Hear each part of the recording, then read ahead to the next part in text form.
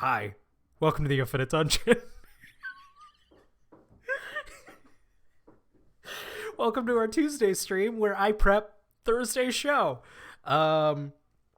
It's a real professional broadcasting time that I put a lot of work into, making it all look and sound good and make sure that everything is working perfectly right when I hit start streaming. How's everybody doing? No, seriously though, this is our, if this is your first time watching live on Twitch or in the future on YouTube, Dane, I want you to look at me. Make eye contact with me right now. I'm Brian from the past, speaking to you right now in the future. Maybe quickly reviewing this. Do not cut out the beginning of that. Leave the beginning of that. Leave it there forever. So that everyone on YouTube knows what just happened. Hi. This is the prep stream. We do a show on Thursdays called TV&D, where we mash up TV shows and role-playing games, and this is where I prep the adventure. Is this a spoiler? Maybe, probably. Some weeks it is, some weeks it really isn't. However, you can always come back and watch it later. We're in week 2 of our Always Sunny in Philadelphia campaign. We just did the last one last Thursday, and I thought it was a lot of fun. We did kind of the gang builds a dungeon. They build a dungeon beneath the TV&D equivalent of Patty's Pub. Let's see, the gang got an ornate lock, turned into eggs, found a cool sword, and kidnapped a beholder to be the boss of the dungeon. I don't know what to do this week. We were kind of talking it'd be fun if this whole campaign was centered around this dungeon somehow. I think whatever this adventure is, I have no ideas. Whatever this is should involve the dungeon. And then Carolyn is still going to play Frank. Tony and Eli are going to play Charlie and Mac. Not sure who's going to be who yet. But wanted to somehow still contribute to this dungeon they built. So last week was an interesting episode for me. I really just kind of opened it up. I had these objectives in mind, but I really just kind of wung it based on what they wanted to do. And that was really fun, but that kind of hurt the visual component of the show, which is like having the maps up. And I'd like to try to find a little more of a balance. I don't want to just walk them through rooms and stuff. I want to be able to put an objective and then let them tackle that objective how with their imaginations. Fuck, Shadoof Doodles. Get in trouble with the law for not having a dungeon license. What does that mean? What does that mean? We have to go with that, right? Weren't they trying to get people to the dungeon? Yes, but I don't know how to turn that into an adventure. Draz asks, what does that mean for the lore of the whole city? I don't know. But it does seem important.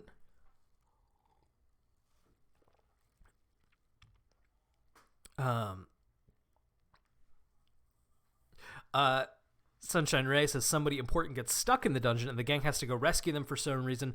So they have to fight through their way through their own impossible dungeon. That's what we were talking for 3. Episode 3 is definitely going to be them having to work their way through the monster they built themselves. So number 2 needs to be more building. So maybe that's where we start today. Maybe we sketch out the dungeon that they built last time, and then kind of see what's left over, and then where we have opportunities for Charlie and Mac and Frank to expand on it. I really love the idea that they need a dungeon license. I don't know if that's this one. I will say we've also got 4 shows this month. There are 5 Thursdays in April. We've got 4 shows this month. 3 will still be our technical finale, but show 4 is going to be something special that we're excited about.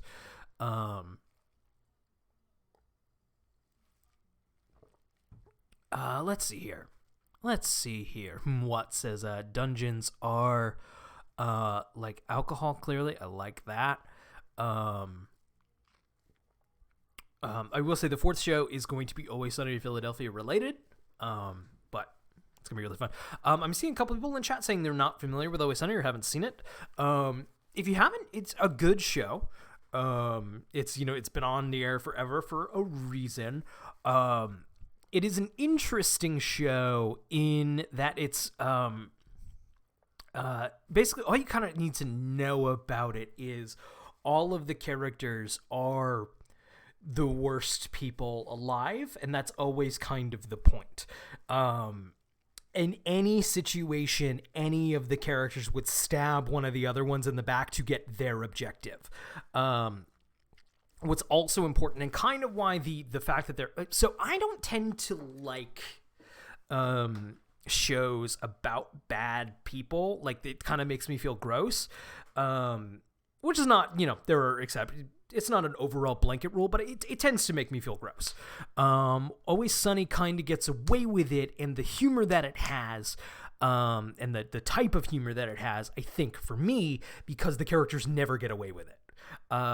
Almost every ending is a bad ending for them. They end up like whatever scheme, whoever they're trying to hurt, whoever they're getting one over on, whoever they're stabbing in the back ends up winning out, and they end up worse than when they started.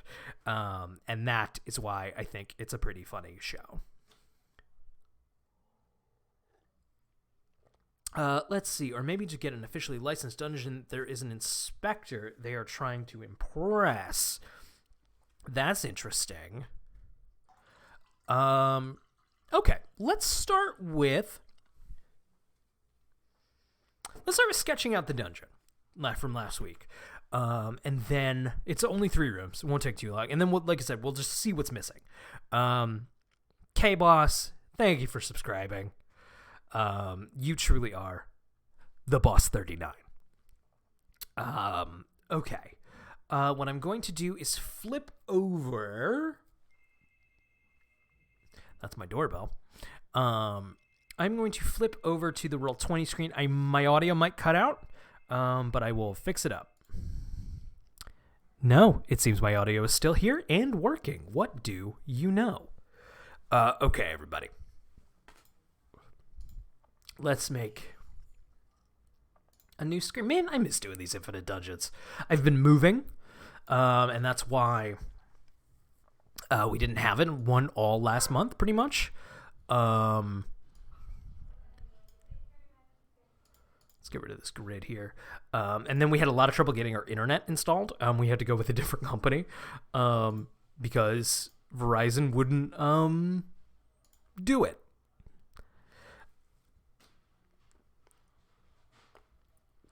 So let's come up with the first room, right?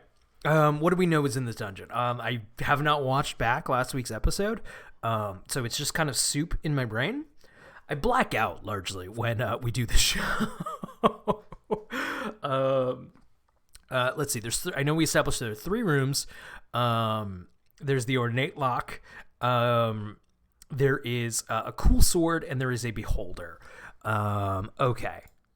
So actually, I think this dungeon is like not too cool yet, and that works to our advantage. So there's gonna be plenty of room to come up with new cool stuff. Let's go to the map layer. Wasn't there a sword? There is, in fact, a sword that we have only dubbed a cool sword.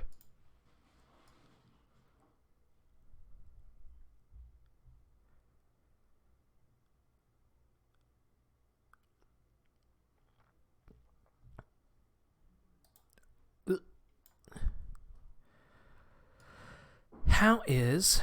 this dungeon needs plinths. We'll see about the plinths. Well, if you guys are good, we'll add plinths. If the ruckus behaves, you can have some plinths as a treat.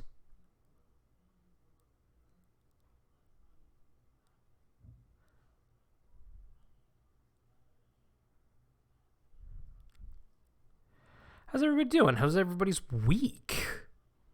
Anybody play anything good?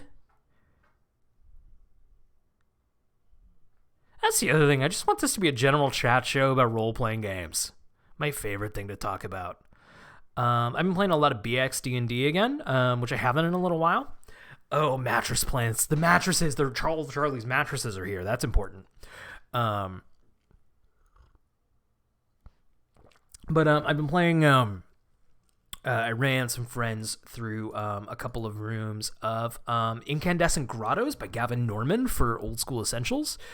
And it was a lot of fun. I prepped for them to mostly hang out on the first level.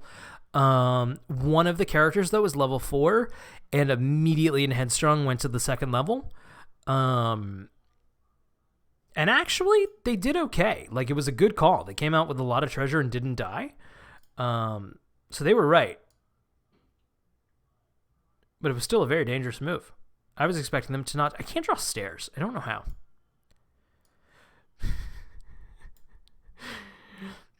To which I'm sure a lot of people say, it's stairs you don't know how to draw? Let's see here. Catching up here. Good.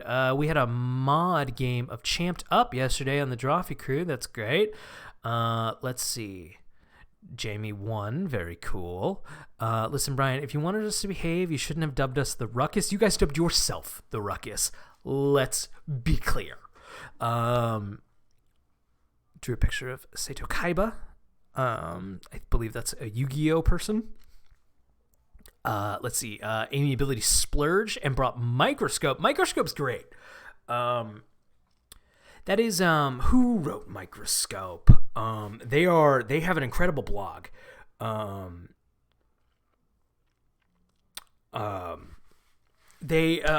wrote Microscope invented the West Marches concept on their blog in like 2009. And it's the Alexandrian is the blog. I think that's correct. If I've mixed up two people, I feel bad. But either way, Microscope is great, and the blog, The Alexandrian, is great. Ben Robbins, that's it. But The Alexandrian has a great series on original Dungeons & Dragons, and playing it like rules as written for the first time. And I think if you're a fan of the very early days of the game, like I am, it's a really, really, really good read. Let's see. Harris says, my Morkborg game is close to ending. Last session went really well. A person died and another person's character stole their eyes and used to scroll to raise them back up. The player rolled a nat 20, so the dead character came back with all the body parts back. Oh, Morkborg rules. It was supposed to be a campaign.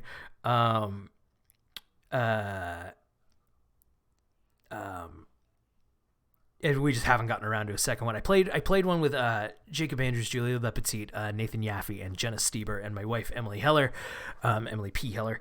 And what was it? We had we rolled up randomly on the Basilisk's demands, and those were kind of going to be the goals of the campaign before the world ends. So in this campaign, that I hope we get to continue at some point, they need to stop the end of the world. They need to bring to the Basilisk the firstborn goat of the year, a sword that is killed 12 times, and like some stone from the like deep crypts in Bergen-Crypt, or Graventosk, and so far they have made no headway, and a whole bunch of them died. And it's really, really, really fun. I love Morkborg. Got my digital copy. My banner says I got my digital copy of Wanderhome this week, and I want to run a game so badly. Wanderhome. That's not ringing a bell, even though I think I know the title. Jamie says, I haven't been able to play many TCRPGs recently, but me and my friends' D&D campaign played Cornhole in-game for at least half the session, and it was the stupidest shit we've done yet. I love that kind of shit. That rules. I love when just this dumb thing takes over most of the session. Wanderhome is a belonging outside belonging game, so I'm not surprised you don't know it off the top of your head. That's fair.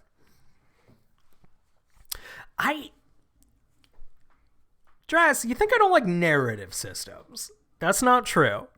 I don't like it in my Dungeons and Dragons, I think, is the better way to put it. Which isn't true. It's like, I think, I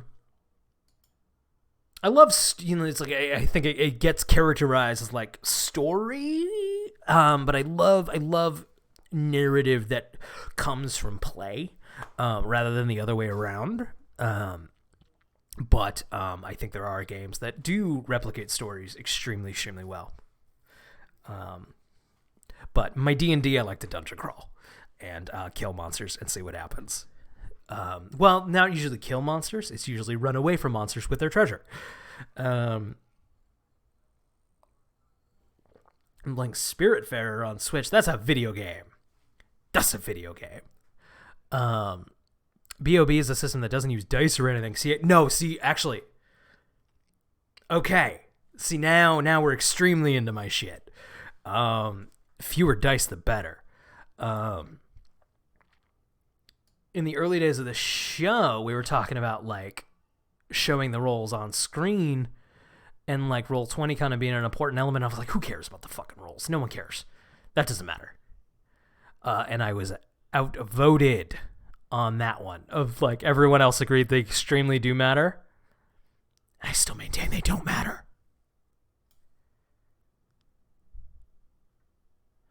What was your favorite moment as a DM in recent games?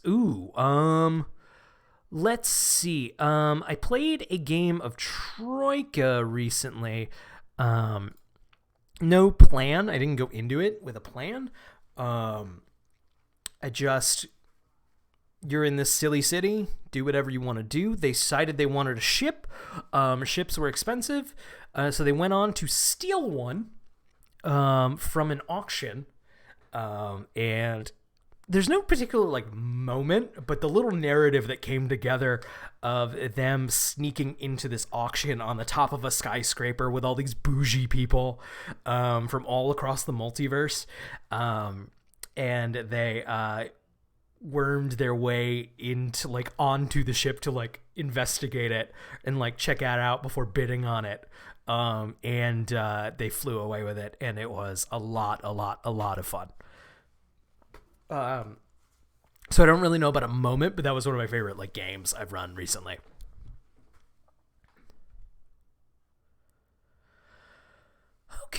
Okay, so these are all of Charlie's mattresses over in the corner. They've been stacked up. Let's see here. Let's say in the corner over here is a spider web with a giant spider that they haven't dealt with yet. Maybe they're going to leave it there. Maybe they'll get rid of it.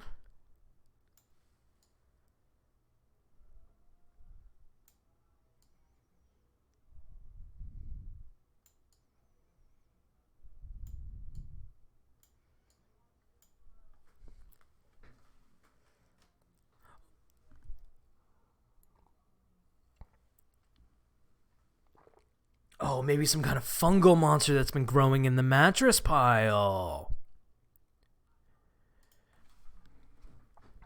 Maybe that's it. There's a couple of things that need to be dealt with before they can, like, officially open up the dungeon. And one of it is finally get these fucking mattresses out of here. And of course, there is a giant fungal monster that is nesting, and giant bed bugs. Oh man. I think it's both. It's a fungal creature and the little bed bugs. So they go to start, like, clearing them out, and that'll be our first. Oh boy. Yep. So maybe there's a couple of objectives they have to do down here. So they have to finally clear out the mattresses. They have to feed the beholder. What do beholders eat?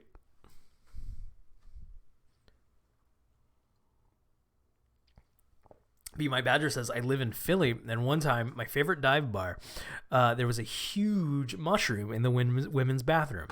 I have never had a night in Philly where I'm like, I'm glad I came to Philly.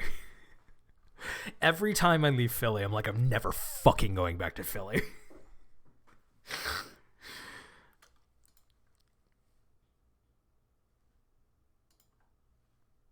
No offense, me, my badger.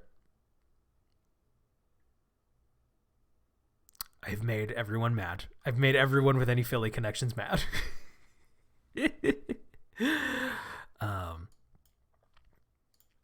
Listen, New York and Philly are New York and Philly have to shit talk each other. Absolutely have to shit talk each other, right? Like, Boston thinks it's New York and Boston. It's not. No one gives a fucking shit about Boston. It's fucking New York and Philly. I'll die. I will die on that grave. Die on that grave? I'll die on that hill where you can dig my fucking grave.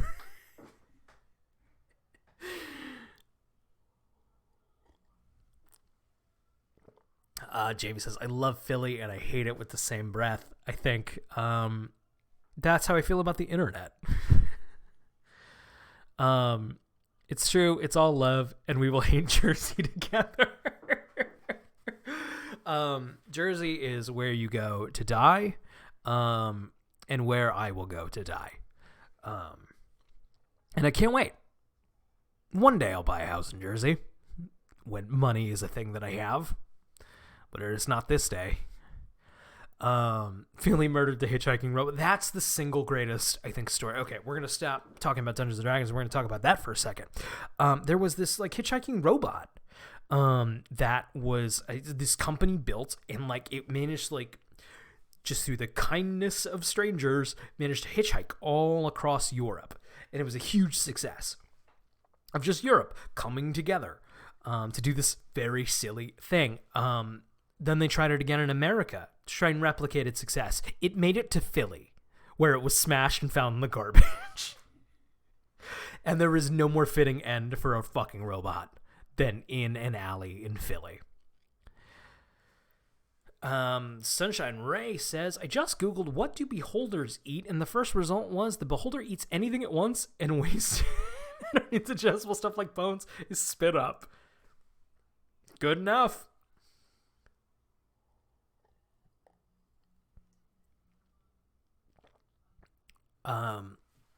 Whether or no, or Jamie says, as someone who lived in Philly and someone who lived in NYC, I hate and love Philly, and I hate and love NYC, and therefore I can relate to all of this on both sides. I will make that clear. No one hates New York more than people who live in New York. And I love this fucking city so much, and I love living here. And I hate this garbage city where I've chosen to live. Let's see. They keep trying to figure out what it eats, but it keeps spitting it up like a child. Okay. Oh my god. Is the beholder on a hunger strike? What was the beholder's name? Does anyone remember the beholder's name? We said it a couple of times, and I have it in a fuck, now I have to look up the document. Guys, I hate having to look up documents.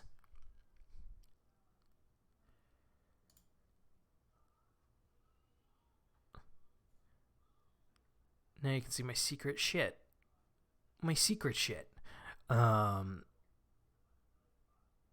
Gorv the beholder is on a hunger strike, and they need to find it. They need to make it eat something because it's beginning to get like gray and ashy around like its scales.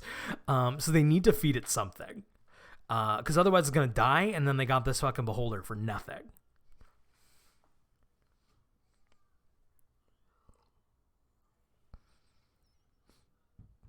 Beholders in Philly probably eat cheese sticks from Wawa.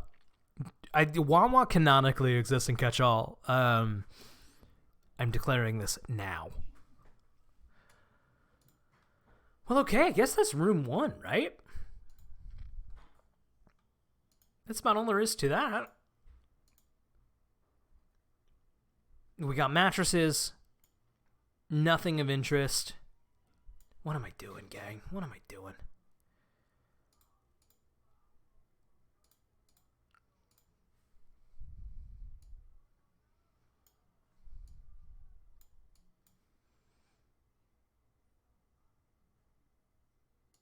Oh shit, I'm going back to my parents' house this month, and I am going to eat a cheesesteak because I live to be a I mean, who doesn't love a cheesesteak? I'm not saying Philly's good for literally nothing, just not good for most things. Okay, guys. This is room 2, in between the mattresses and the beholder.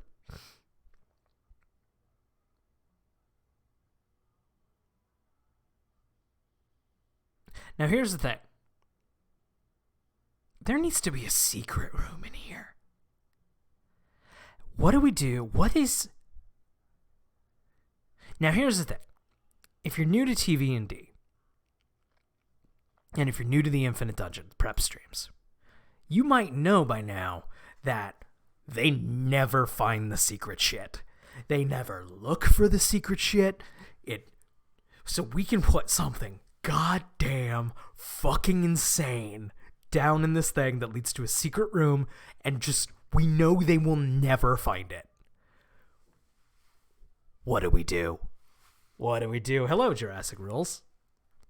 You know how Gonzo had his own private weird dungeon? I think Frank should have his. I like that.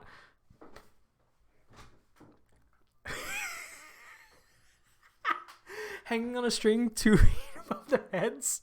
I like, is that where the sword is? Are you referencing the sword?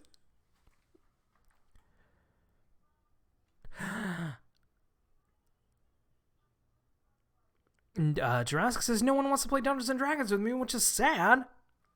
Well, I hate that. Everyone should get to play Dungeons & Dragons all the time. Jurassic, are you in our Discord channel? You might find people to play Dungeons & Dragons with you there. Check out our Discord channel down below. A bunch of nice folks who are always looking to play.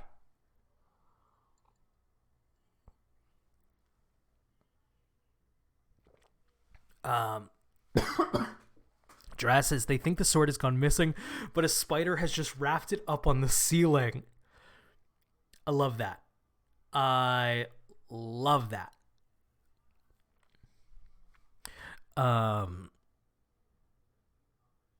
Yup. That is the answer. That is okay. So these giant spider webs, the spider's not here. These just foretell the spider. Going into here, the spider is on the ceiling, in the darkness, because the ceilings are higher here, and that's where the sword is.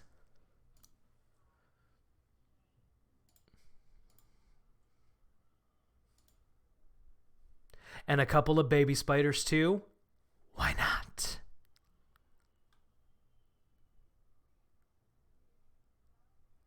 Man, I miss doing the prep streams. So much good shit.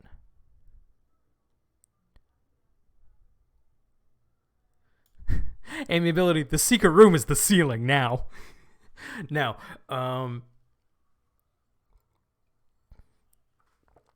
I think we're still going to put a secret room.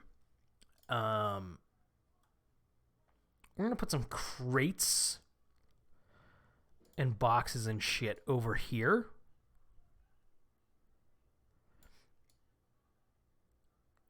And if they look behind this barrel, guys, it's going to be this fucking easy. Listen to how easy this is going to fucking be. And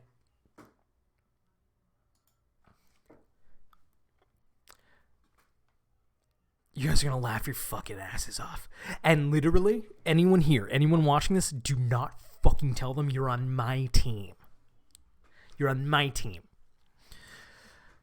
You gotta see if these dum-dums fucking find it for themselves. You know, play Dungeons and Dragons. This barrel, the circular barrel, if they look behind it, there is a hole that Frank can crawl through. Only Frank can fit. And that'll lead to the secret room. What's in the secret room? That's what we're about to find out. Because the sword, it was just laying here. That's, of course, the false MacGuffin to get to the lock. The false MacGuffin. But a spider has it, and they'll see that it's missing. Be My Badger says eggs, which I like. What eggs? Fabergé eggs? Is that how that's spelled? Shadoof, is that what you just said? Fabergé? Golden eggs. Guys.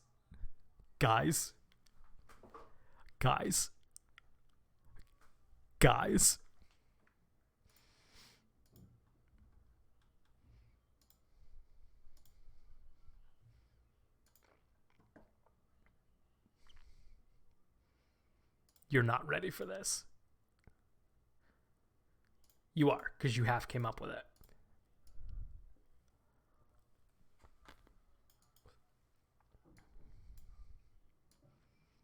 Frank doesn't know these golden eggs are here.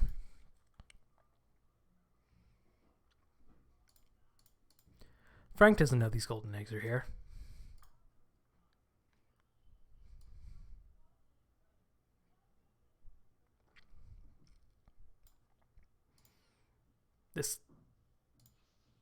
This is far too sad. This little room that I've attempted is far too sad. We must start over. Gang. Okay. All right. Y'all ready for this? Okay. So, if Frank manages to crawl through, and all they have to do is find it. Guys, if they fucking find it, this little room is going to be filled with millions and millions of dollars worth of golden eggs. An entire hoard of golden eggs. Like, there's no point in having a dungeon. They're all incredibly rich golden eggs. Like, I don't know what I'm so confident that they will not find this fucking hoard of golden eggs that if they defy expectations, it will ruin the campaign. I will not know what to do for the final 2 fucking shows. That's how confident I am. They will never find this. Something as basic as look behind the barrel.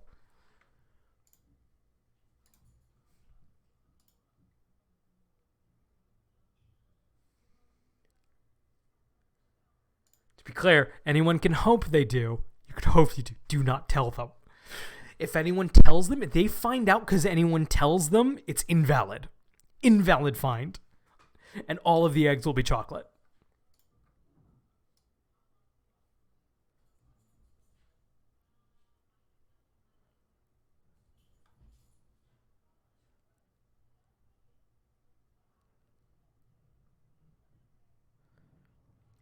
A whole pile of golden eggs.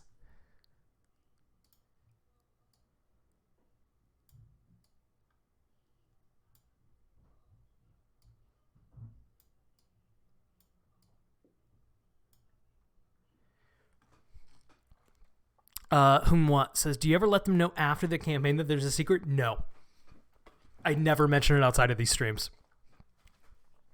They don't know. Our producer Dane doesn't know. They don't watch this. They don't know.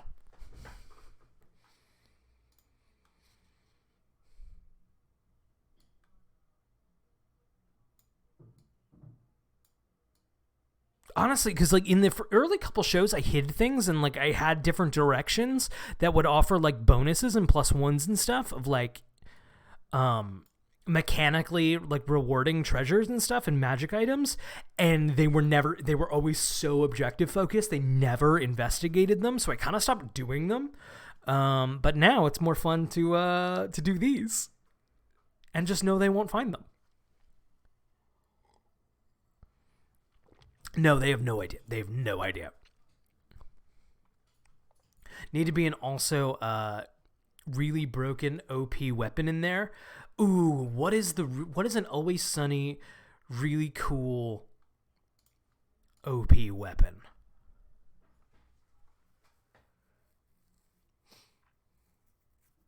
Once again, I just want this to be a comically fucking comical fucking easy to find treasure room. Brian, if they find it, the next campaign can at least have them fighting whatever laid these eggs. I like that. Green suit of invincibility. Great. Beautiful. I love it. Great. Also, that is a reference to a very good episode of Always Sunny called The Gang Gets Invincible, which if you've never seen Always Sunny, that's a good one to watch.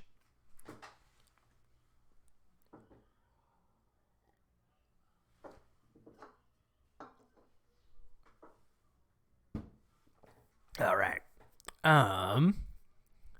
Big Bell, Final Fantasy Tactics Advanced Beastmaster style. I like it. I like it. I like the green suit of invincibility. Okay, so great. So they have a couple of objectives, I think, going down into the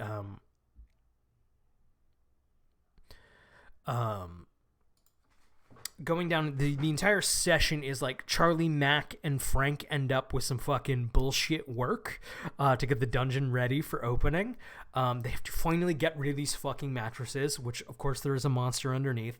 The second room is to find the sword, what happened to the sword, and maybe find the adventure room. And the third one is get Gore of the Beholder to eat something. Real fast, want to say, Papa Bear Ellie, thank you for following. Really appreciate that.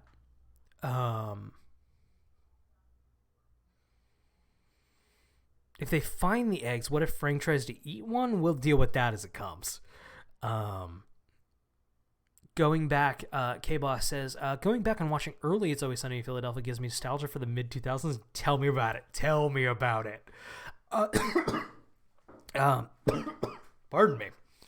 I have not watched Always Sunny for like most of its run, but I remember the first episode of It's Always Sunny in Philadelphia airing and like watching it the night it aired.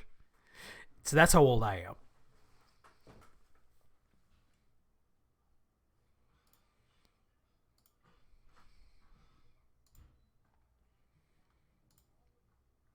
Okay, so we've got that. We've got the secret room. Now we just need the beholder room. And then we can pretty much call it a night. Pretty cool, right?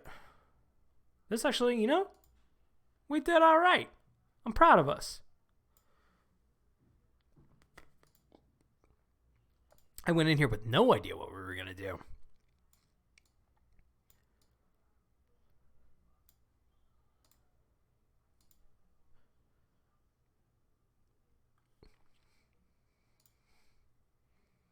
What should be in the Beholder's room?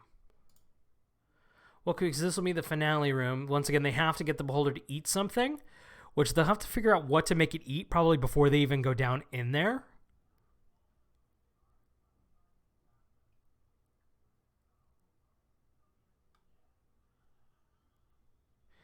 I don't want it to just be a stone room. Could it be like a connection to the sewer? I think it's a connection to the sewer. So like this is a weird, gross, like sewagey room. I do like that he's playing PS2 though. Guys, they're not going to find... Don't plan on literally anything on the eggs, because if he finds the eggs, the Beholder eats them to see. They will not find the eggs.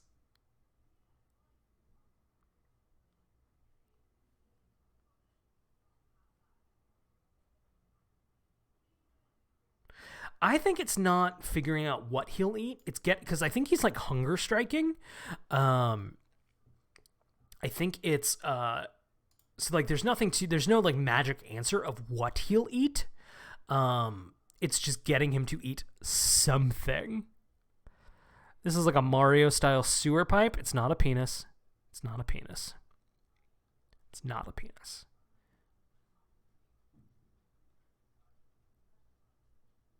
If you haven't seen it yet, check out our YouTube channel. There is a trailer for the show that Tony cut, and I think it's really fucking cool. And it specifically has me shouting, "It's not a penis." But check out it's on our YouTube channel. Check it out. It's really cool. It's one of those things like you see a trailer like that and you go like, "Oh, our show's pretty good." Brian, do we get a plinth? Do the mattresses not count as a plinth? Do you guys need a literal plinth? Are you guys that literal? We'll figure out a plinth.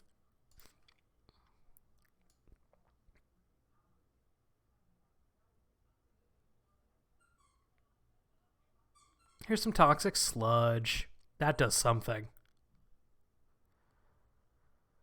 What? I don't know. Figure that out when we get to it.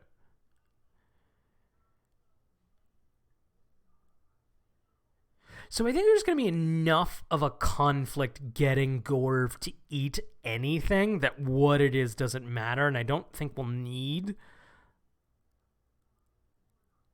another conflict there.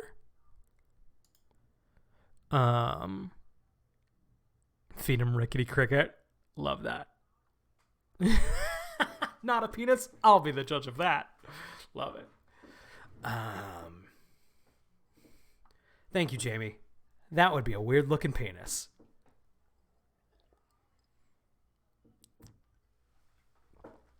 Okay, let's put some little bubbles in here. Make them some real like Teenage Mutant Ninja Turtle shit.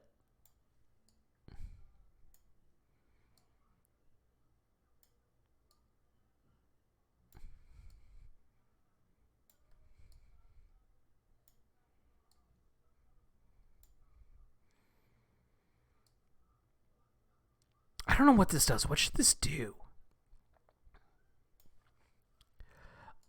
We should put a TV in the corner with a PS2.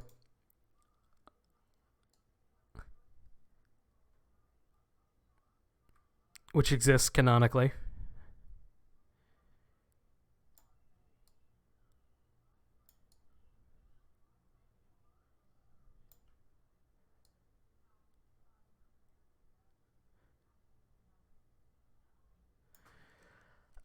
And then maybe we'll put like a stinky couch or whatever. I like the college dorm vibe.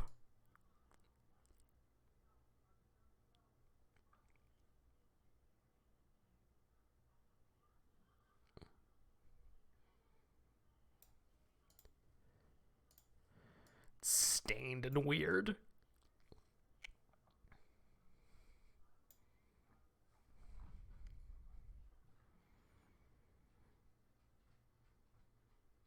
Drinking the sludge rolls on the wild magic table. I like that.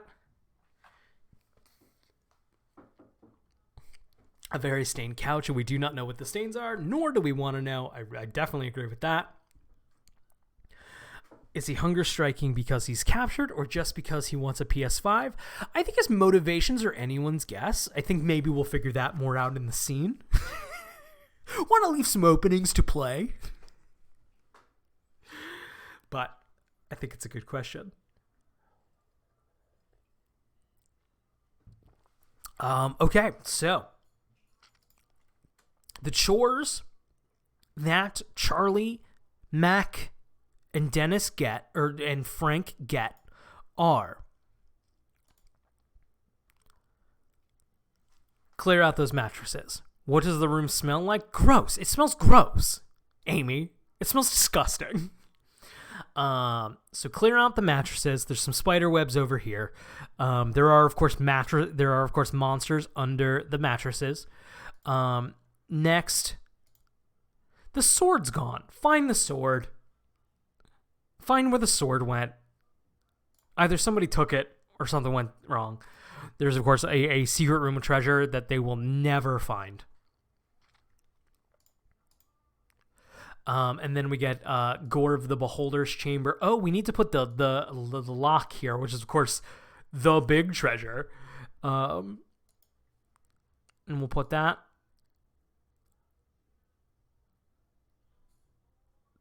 That's a lock. That's a big ol' ornate lock.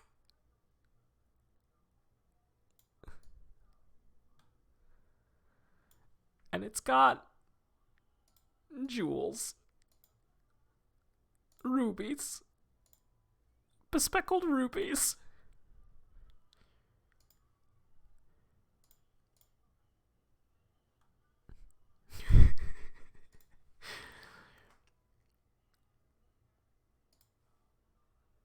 I love watching the creative process of DMs unfold.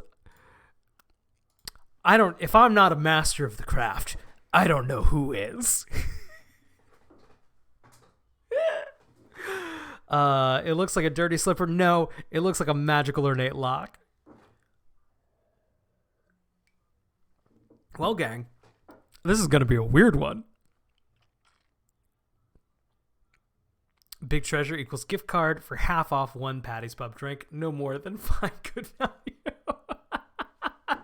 I love it. I love it. This was fun to figure out. I think we did it. I don't think there's much else to do. Right? That's kind of that. So this is the Infinite Dungeon. This is our prep stream for TV&D. Make sure to come back on Thursday to see how these guys do making their way through it. I think it's going to be a disaster. Hey, maybe make sure to follow us. Hey, if you just wandered in here and thought the show was kind of fun, this is just the extra stream. Come check out the real one. The show is pretty good, I think. I'm biased because I put a lot of time into it, but I think you'll like it. Thank you for the bits, K-Boss. Let's see. Join the Discord. You can find a link down below. That's a lot of fun. And if you were having a lot of fun and want to keep hanging out, I am at twitch.tv/goblinvoice. I'm going to be streaming American Truck Simulator right after this. I'm going to throw the link in the Discord right now. Twitch.tv. So go follow me over there. I'll be there in under a half hour driving a big old video game truck. Pretty much doing the same thing we're doing right now. I guess that's it. Thank you for hanging out, everybody. I will see you on Thursday real fast. Holy Romulus, thank you for following. Bye, everybody.